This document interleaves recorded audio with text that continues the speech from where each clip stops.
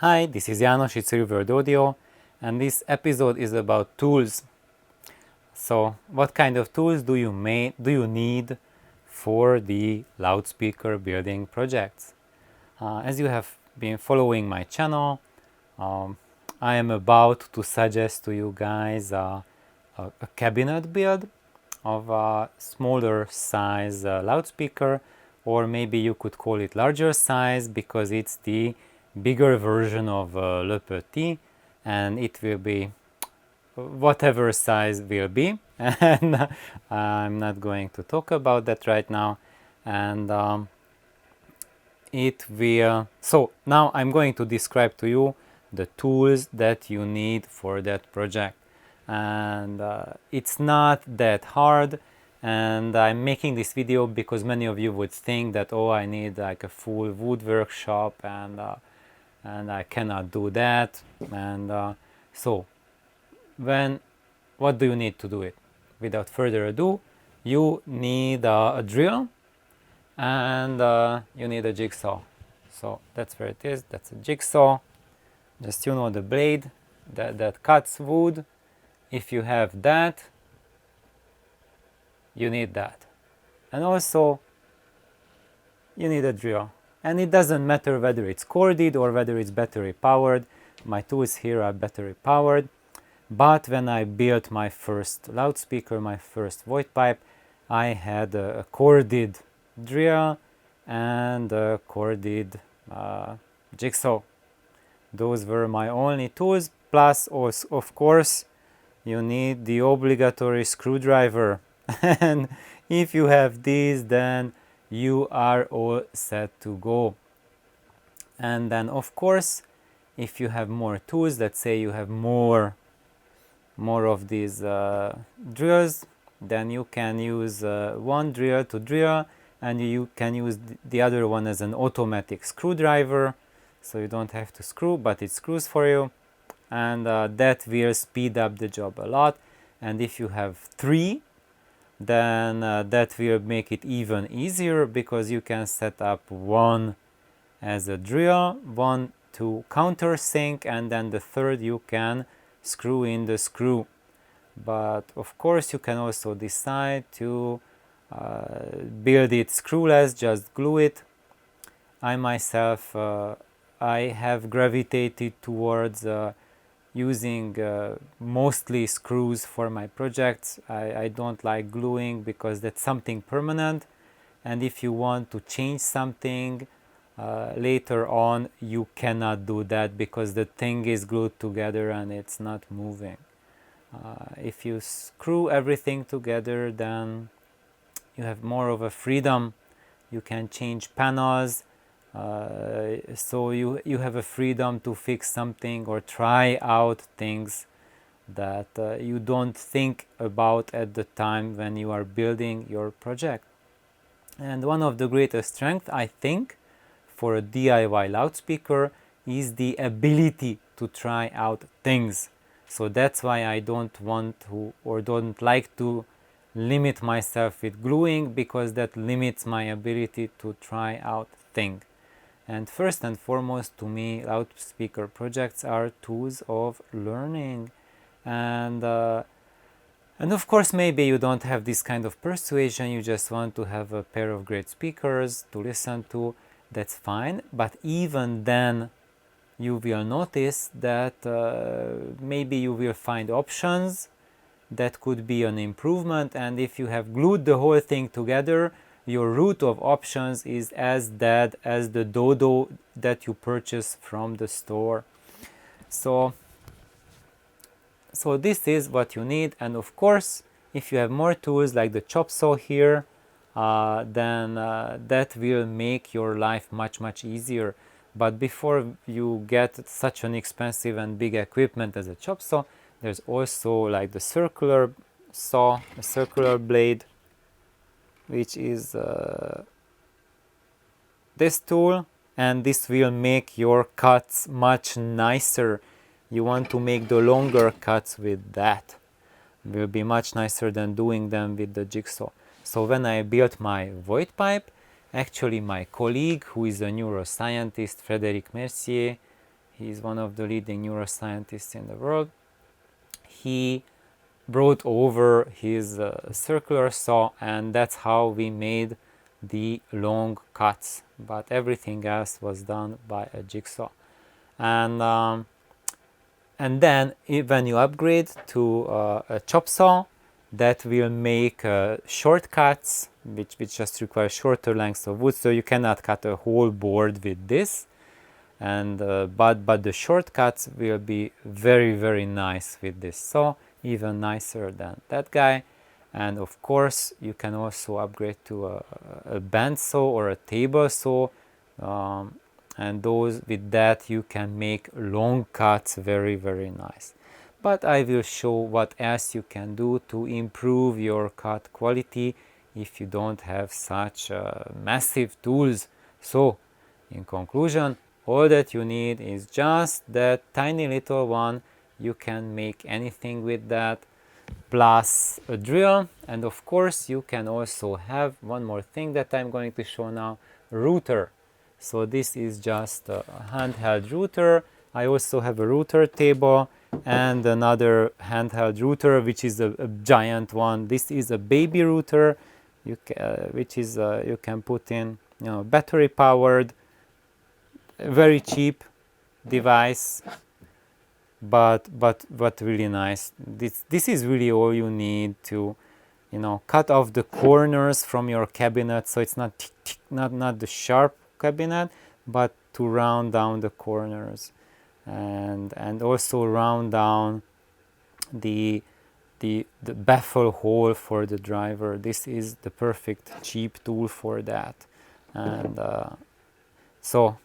but you don't need it. So if you don't round your cabinets, you'll be still fine. It's just a small example, and all of these small things just make it better and better, but neither of these small things make or break it. So far what I've been doing with these two recommendations is that you really need that jigsaw behind there and the drill. With that you can complete the basic cabinet. If you get also a circular saw, or even like a chop saw, or I don't even have a band saw, but I have a table saw, those will make it nicer looking, but don't really affect the sound quality, just the aesthetics. But of course, if you have a nice skills cutting, then you can get very nice aesthetics even with a jigsaw. And when I tell you guys, when I did my first speaker, the main void pipe, I had zero woodworking skills, and it still turned out really nice. So you don't have to be afraid that, oh my god, this will be my first woodworking project, I'm not good enough. No, you will be fine. But what I say is that just get an additional piece of wood and practice on it first before you are cutting up your targets, your dedicated boards that will be the project. So first learn and practice, and then you will be good to go. And so those bits is just ease of production and looks, but the router, this is the one that adds sound quality. So if you can round the corners and round the baffle hole, it will increase the sound quality of the project. If you don't have a router, you can also use a file, or you can use a chisel. So you can use more traditional tools. You can use a plane to do its job. It will take you longer, but you can and probably will not end up as nice unless you have some minimal skills. And actually it's not that bad. If you practice a little, you'll be okay with it, do a fine job. But this one will do a super nice job and super fast. So if speed is your concern, then get yourself a router. And if money is your concern, then don't worry about it. Just get a chisel. That's not, or even don't get a chisel.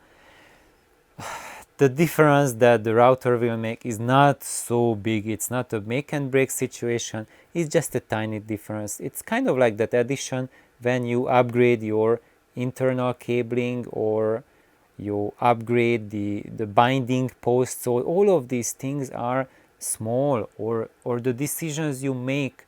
What kind of material do you use for the cabinets? Those also don't make or break it, just make a small difference. But what I'm saying, and what I've always been saying on my channel, is that these small differences add up.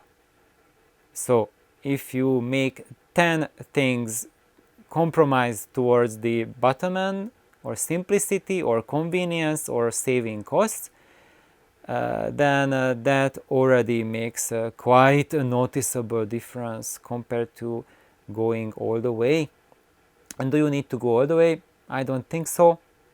It's your choice. You decide.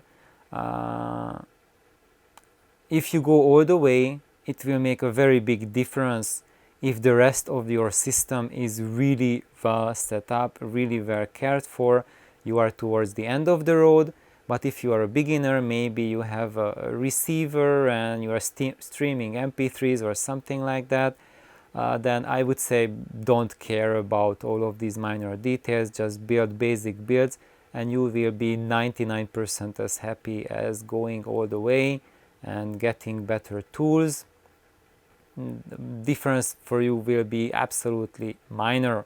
But if you have a very well honed system, then the difference between a basic build and going all out can be a revelation. So one more thing that I want to share is protection. Earmuffs. Use some industrial ear protection. Really, it's important. Well, if you just do this single project, then well, you can survive all the noise the tools make.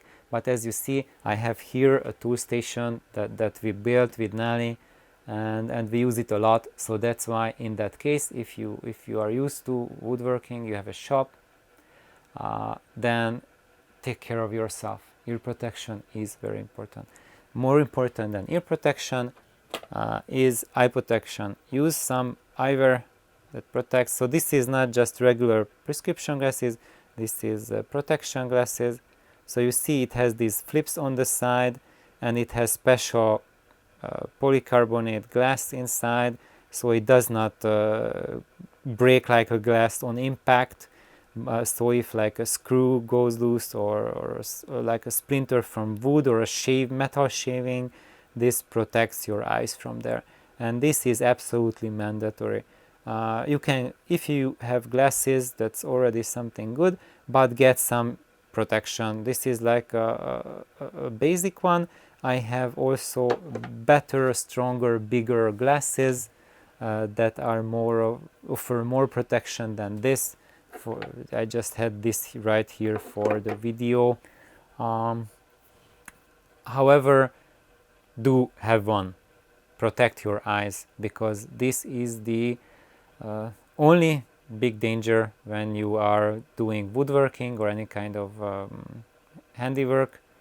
Protect your eyes, because if you cut your hand, it heals.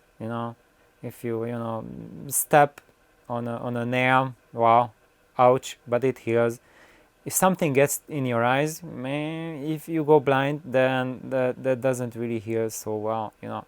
And also, if you get an eye injury, most of the people I know who do woodwork, actually 1 in 10, or I would say maybe 1 in 5 had a serious eye injury, eye accident, because of not wearing protection.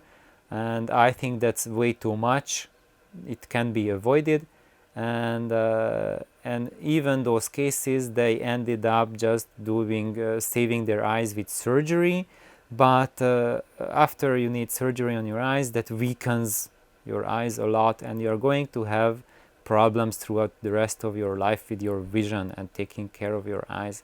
So don't be an idiot and wear eye protection, even if you are just going to use it once. especially if this is your first woodworking project and you are just figuring things out, especially then you are vulnerable. But even if you are a pro, a splinter, a chip can fly any moment and can cause damage. So this is the most important bit. So thank you folks for tuning in, and no worries, all you need is just a screwdriver, eye protection, a drill and a jigsaw. Please like, subscribe and have fun with your projects. Bye bye.